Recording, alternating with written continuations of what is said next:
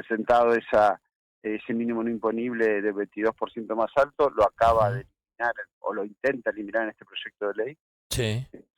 Nos afecta a los patagónicos, también elimina las horas que cobran los médicos de guardia, que estaban exentas para que los médicos hagan guardia, porque no querían hacer, dado que los hacía tributar más. Claro. También termina la exención para el material didáctico de los docentes.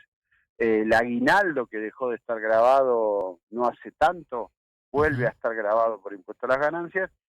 Y además, en particular para la provincia de Neuquén, la dedicación funcional, que era lo que le permitía a los trabajadores públicos de la provincia de Neuquén no pagar impuestos a las ganancias, ahora a partir de ahora va a estar nuevamente grabada, con lo cual Neuquén es la provincia que más trabajadores afectados va a tener con esta nueva ley si se aprueba. 43.900 trabajadores que no pagaban ganancias van a empezar a pagar en la provincia de Neuquén, y eso es claramente una intención de mi ley de meterle la mano en el bolsillo a los neuquinos, a los patagónicos, a los argentinos, pero principalmente a los neuquinos, porque en términos proporcionales es la provincia que más va a incluir trabajadores en esta nuevo alcance de aprobarse la ley. Por eso ayer presentamos un proyecto de ley para rechazar y para instar a los diputados nacionales y senadores que en el mismo sentido, y es por eso también que me comuniqué con el diputado nacional Pablo Todero, la senadora Silvia Sabá, que ya se manifestaron en contra.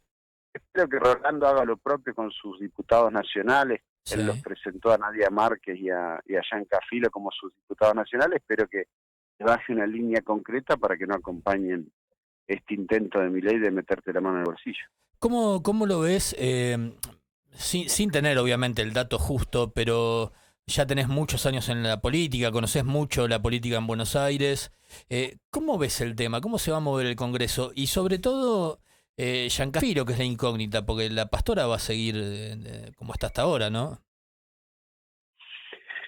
Rolo la presentó como que era su diputada, así que espero que tenga línea. Y con Osvaldo lo mismo. Me hace dudar, por ejemplo, no se está oponiendo al DNU, que es otra cuestión que nos complica mucho, sobre todo a los patagónicos, porque el DNU elimina la zona fría. La zona fría es una ley que permite que en la Patagonia, principalmente, en otras regiones también según el clima, pero principalmente en la Patagonia, la tarifa de gas esté subsidiada en un 50% en función de que hay más consumo de gas aquí. Claro. Y además somos provincia productora de gas. Sí. Y el DNU elimina, con lo cual va a hacer que el incremento en la factura de gas en mayo para un neuquino va a aumentar un 1.200%, y eso lo va a transformar casi en impagable. Entonces, hay una mudez llamativa en el oficialismo, en el diputado nacional Yanka Filo. Espero que se exprese en contra y también aproveche y se exprese en contra de este nuevo intento de que mi ley nos meta la mano en el bolsillo. Pero además hace falta que, además de los senadores y diputados, también se exprese la comunidad. Esto no lo alcanza a defender solo un diputado provincial o que me tocó a mí presentando un proyecto. Hay que expresarse públicamente de manera clara y contundente antes de que esto se vote, porque si no, viste, a llorar al campito, como dice el dicho, y después vamos a tener un problema. No solo que te van a bajar el sueldo, sino que ya estamos en una recesión importante, porque entre lo que te va a sacar las tarifas, gas, electricidad, lo que te saca el combustible, que lo pagamos a precio internacional, aunque lo pagamos como en países que no hay refinería ni petróleo, aunque acá tengamos todo. La suba de los alimentos, bueno, lo que hace es que el poder adquisitivo se caiga, y eso va a generar una recesión muy fuerte que termina con desocupados, despidos, y eso no es bueno para nadie. ¿Cómo, a lo mejor, ¿no? Uno al estar tan lejos, ya está claro que este gobierno nacional eligió la primera área de sacrificio, no la única, que es el interior del país? Todo lo que no sea el AMBA, afuera. Como bien lo decía Milei, todo lo que no sea el AMBA afuera. Todas las provincias han sufrido recortes, los docentes, el subsidio al transporte, el subsidio de los servicios. El AMBA todavía se viene manteniendo como en una burbuja en algunos temas. Comprar comida en Buenos Aires es muchísimo más barato que en el interior. Hay un montón de cuestiones que el AMBA todavía no está siendo afectada. ¿Vos creés que la gente va a terminar de entender lo que está pasando realmente, o solamente va a pasar cuando esto empiece a afectar al AMBA también? No, para mí lo del AMBA tiene que ver con 200 años de la historia argentina, o sea, no es nuevo. No, Hace no. 200 años que estamos en esta discusión en la Argentina. Sí, sí. Unitarios versus federales, centralistas versus descentralizados, digamos. Milei le habla al núcleo húmedo y entiende que eso es lo importante para él en términos electorales y el resto no le importa, porque no. Milei cree que los gobiernos provinciales son un problema, como que las universidades públicas son un problema, como que hay que achicar el Estado y solo remitirse ahí al núcleo húmedo, pero eso no es original de Milei, eso viene pasando en la Argentina hace cientos de años y es una Sí, discusión que se reedita permanentemente. Quizás es más brutal en sí. alguien que tiene determinado desequilibrio y hace que sea sin sensibilidad a la aplicación de las políticas, Mm, pero no es nuevo y es una discusión. Lo que pasa es que nuestra Constitución dice que es un país federal y debe respetar. Cuando él dice a mí me votaron, sí, desconoce que también a los gobernadores, a los intendentes también lo votaron.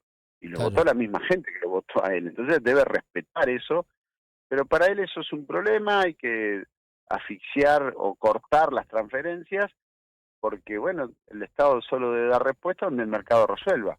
Claro. El mercado te va a resolver en el AMBA determinadas cuestiones, pero en Sí. el resto del país no te va a resolver. O sea, No, pero igual, Alipiba, que ahora sí, volteó el fideicomiso, con lo cual íbamos a hacer Alipiba, que es la línea que permite a Villa Langostura estar interconectado y dejar de claro. quemar diésel, y no te lo hizo el mercado, no te lo va a resolver, pero no lo resolvió hasta ahora. No. Entonces lo tenía que hacer el Estado, la licitamos, y lo mismo si te hablo del EPA, y lo mismo si te hablo del transporte.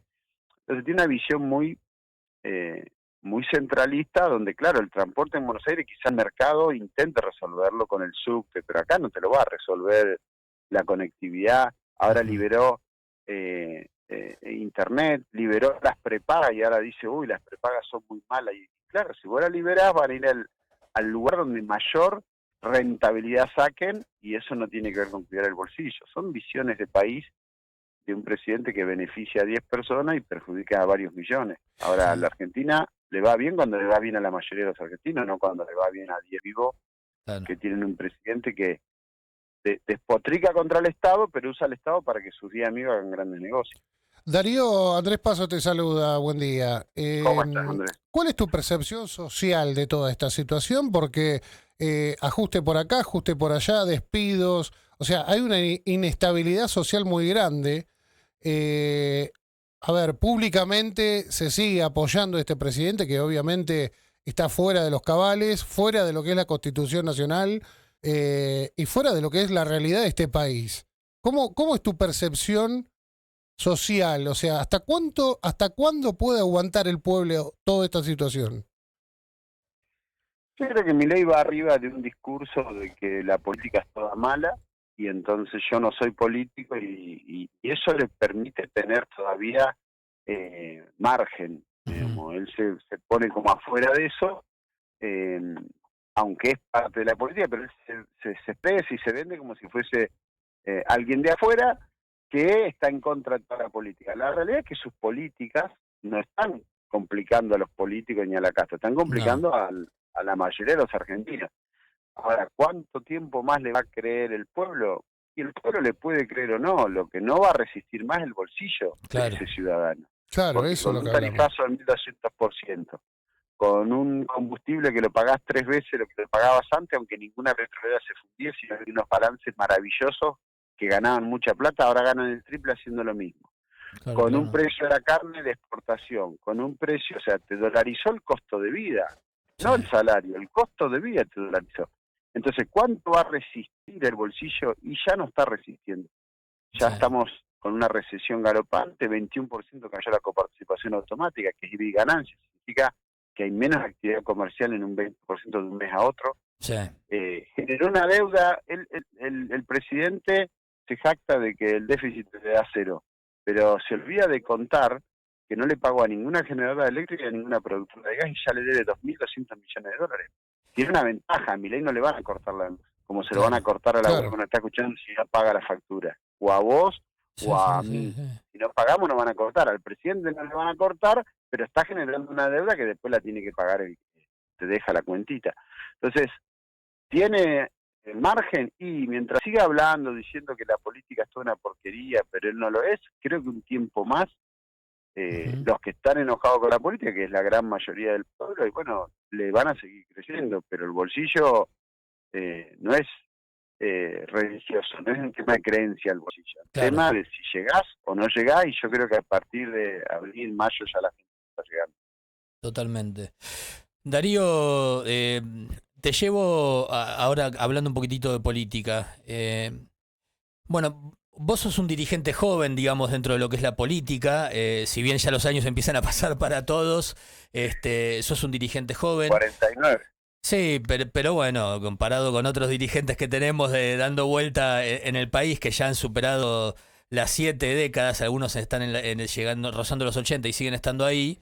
Digo, la generación de entre los 40 años, los 50 años, tienen que empezar a ocupar lugares. Esa renovación política, si se da, y no estoy hablando de que solamente los pibes ocupen los cargos, ¿no? Sino justamente 40, 50. ¿Cuándo se va a dar? Porque también es lo que hace que la gente no crea en la política, porque sigue viendo lo mismo de siempre. Ayer cuando mostraban las imágenes de la CGT que se bajaba en casa de gobierno, yo decía, esto ya lo vi cuando yo tenía 19 años y se juntaron con Menem antes de que Gualdini les haga la plaza. Era la misma foto, era la misma gente. Sí, mientras me ibas haciendo la pregunta iba pensando una respuesta y después me das el ejemplo del sindicalismo y ahí hay cierta diferencia. Yo lo que te digo es, gente, ¿cuándo va a venir el cambio? Y cuando la gente deje de ser conservadora al momento de votar. Porque los políticos estamos donde nos pone la gente, o sea, nos vota alguien.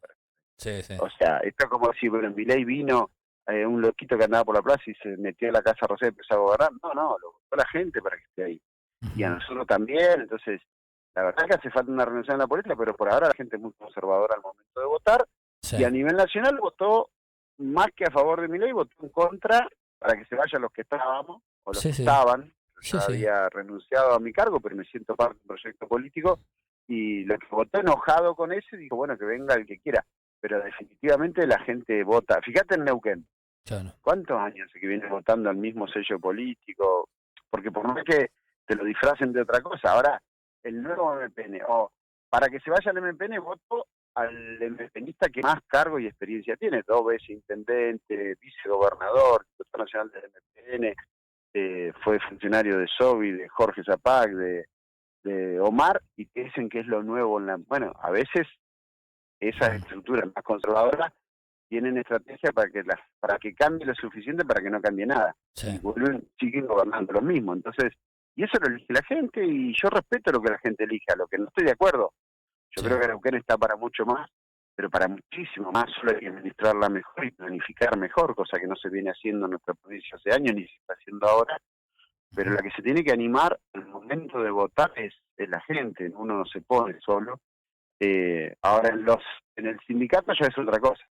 En el sindicato es otra cosa, porque ahí ya no hay que hay paso, primaria abierta, obligatoria, simultánea. Entonces, bueno, ahí sí te digo que hace falta también una renovación, pero no se va a dar en una elección, no es que la gente sea conservadora, sino que las estrategias para quedarse en ese lugar están armadas para favorecer al que está. Totalmente. Por eso te sigo pensando una respuesta, y cuando me diste el ejemplo, claro, te la mezclé. Son dos cosas distintas, claro. Es como decir que en la justicia, y bueno, en la justicia pasa lo mismo. No se quiere ir, ya pobrecito no puede ni escribir, ni puede mirar la computadora, y lo seguimos sosteniendo con un sueldo de juez, con una jubilación de privilegio, y pobre juececito. ¿Viste? El otro día tuvimos esta discusión en la legislatura, decía, no, porque un juez pobre juez no se puede jubilar. No, ¿cómo pobre juez? El juez tiene el sueldo más alto de toda la estructura pública, tiene el privilegio que no tiene nadie, y si no se jubila porque no quiere ir agarrado de la teta a la vaca, pero la verdad que 80 años un juez, y bueno, déjame. Por eso digo, en cada área del Estado, en cada poder, en cada sector, hay situaciones distintas. En lo electoral, claramente la gente sigue siendo conservadora y no se anima, por ejemplo, en la provincia de Neuquén, a votar un cambio de verdad. Entonces vota algo que parezca un cambio, pero que siga haciendo lo mismo, como es el caso de Rolando Figueroa. El huevo o la gallina es prácticamente la pregunta que te voy a hacer ahora, pero digo, ¿se puede a través de la política, a través de alguna ley, una reforma electoral, modificar todo este tipo de cosas? El tema de que esté tan arraigado, no solamente por ahí en los cargos selectivos, sino también en alguna reforma sindical o de representación, no sé, pero es como el huevo o la gallina, ¿no? Porque la gente lo sigue votando, tenés razón. La verdad que hay normas que ayudan. Por ejemplo, el cupo joven es un cupo que el mismo cupo que te pone después te saca, que va buscando una renovación en sí mismo. Siempre lográs que el 25% de los cargos siempre sea gente que nunca estuvo. Claro. Pero también es cierto que hay gestiones buenas, gestiones malas. Sí, sí. Me parece que es a medida que va madurando la sociedad va entendiendo. Sí, también te digo que hay un 25% del electorado argentino que es volátil y vota para que se vaya el que está si no le cumple. Claro. Entonces, nos votó a Macri para que nos vayamos nosotros, después con Macri se desilusionó, nos volvió a votar a nosotros para que se vaya Macri, y ahora se desilusionó con nosotros y votó a Milei para que nos vayamos nosotros, y ahora está amargado con lo que votó. Claro, Pero claro. tiene una volatilidad que a veces hay que entender ese enojo, pero también, bueno, nos decían que hacíamos la campaña del miedo con Macri y pasó lo que decíamos, nos decíamos que hacíamos la campaña del miedo con Milei y está pasando de manera acelerada. Sí. Esto de que el mercado termina haciendo grandes negocios con leyes que pone el Estado, pero se complica a sí mismo. Por ejemplo, la privatización de aerolíneas. Digamos, Sí. vos podés decir, me gusta, no me gusta, pero la realidad es que la aerolínea está funcionando y está llevando más vuelo que nunca, y bueno, y hay que privatizarla porque algunos se quieren quedar con ese negocio. Lo mismo con YPF. YPF la quieren privatizar porque es la productora que más áreas concesionales tiene de Vaca Muerta, y Vaca Muerta en el mundo de los hidrocarburos es una roca noble donde pones $1 y sacas mucho más. Sí. Y no, Claro. casi no tiene riesgo de inversión. Entonces el mundo está mirando ese negocio, y ahora tenemos un presidente que dice, no, hay que privatizar. O sea, antes se privatizaba, se suponía lo que no funcionaba o lo que daba pérdida. Ahora ya es lo que mejor negocio le asegura a un amigo mío que me escribe las leyes, que es lo que le está pasando a este gobierno. Darío, hablando de aerolíneas, ¿qué opinás del reclamo que lleva adelante el personal de GPS? El personal perdón. El personal de GPS, que son, bueno, quienes prestan servicios en aeroparque y demás, ¿no? Está judicializado, no los están dejando entrar, o sea, hay un clima represivo sobre el tema. Perdón, no estoy al tanto de cuál es el conflicto, Sí. pero sí hay un mar de fondo con eso. Sí hay un mar de fondo con esto de liberar las rutas, digamos. Milei ve los servicios como una mercancía. Entonces, empieza con los cielos libres o rutas libres, no sé cómo se llama, pero también le quiere aplicar eso a la educación. Él entiende que ahí hay un negocio, entonces vamos a cerrar o desfinanciar las universidades públicas para potenciar el negocio de la educación, y así con todo, porque es un economista que ve desde el punto de vista de la mercancía todo, pero aún desde ese punto de vista comete errores. Por ejemplo, no hace la segunda etapa al Néstor Kirchner. Sí. Pero no hacer la segunda etapa en Néstor Kirchner va a hacer que la molécula de gas que no producimos en Neuquén, en Vaca Muerta, a $3,50, la vamos a tener que ir a buscar afuera a un barco a $12. Entonces vas a terminar importando y gastando más dólares. Y desde el punto de vista fiscal, que miran que hay las cosas, esto es peor. Sí, sí. Pero bueno, Claro. son miradas distintas, y perdón que desconozca el tema que vamos a preguntar, pero me No, no hay imagino el problema. fondo de alguien que entiende que todo es una mercancía y el mercado resuelve todo.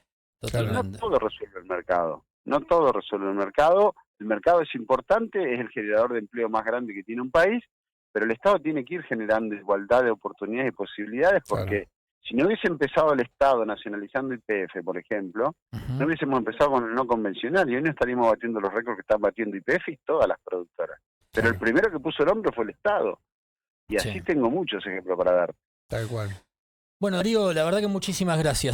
Para cerrar de alguna manera, perdón, ¿no? A modo de color, ¿qué pasó con Verónica Lixter? ¿Te hizo callar, Darío? ¿Qué pasó? ¿Vimos el video? Habla despacito, Darío. No. Lo peor que le podía hacer un peronista cuando está defendiendo a los trabajadores es básicamente. Hable más bajito, le decía. Sí. Hay como un miedo en el oficialismo de criticar a Milei. Yo lo noto en cada una de nuestras declaraciones o proyectos. Por ejemplo, ayer tratamos una emergencia de obra pública por todas las obras que no está financiando el Gobierno Nacional. Claro. Y uno de mis primeros proyectos era iniciarle juicio al Gobierno Nacional, que tiene contrato firmado con la provincia y con los municipios. Y así como el Estado tiene continuidad y vos tenés que ir a pagarle la cuenta al fondo que la deuda la generó Macri, presidente que sigue no puede decir esto, lo desconoce. Sí. Bueno, esa continuidad que es para arriba, para los fondos multilaterales de financiamiento, también el Estado lo tiene para abajo. Firmaste un contrato con la provincia, tenés que financiarle una obra, no puedes decir el otro día, no te doy más plata y no pasa nada. Tal cual. Y lo peor es que el gobierno provincial no hace nada, no le hace ni un reclamo judicial.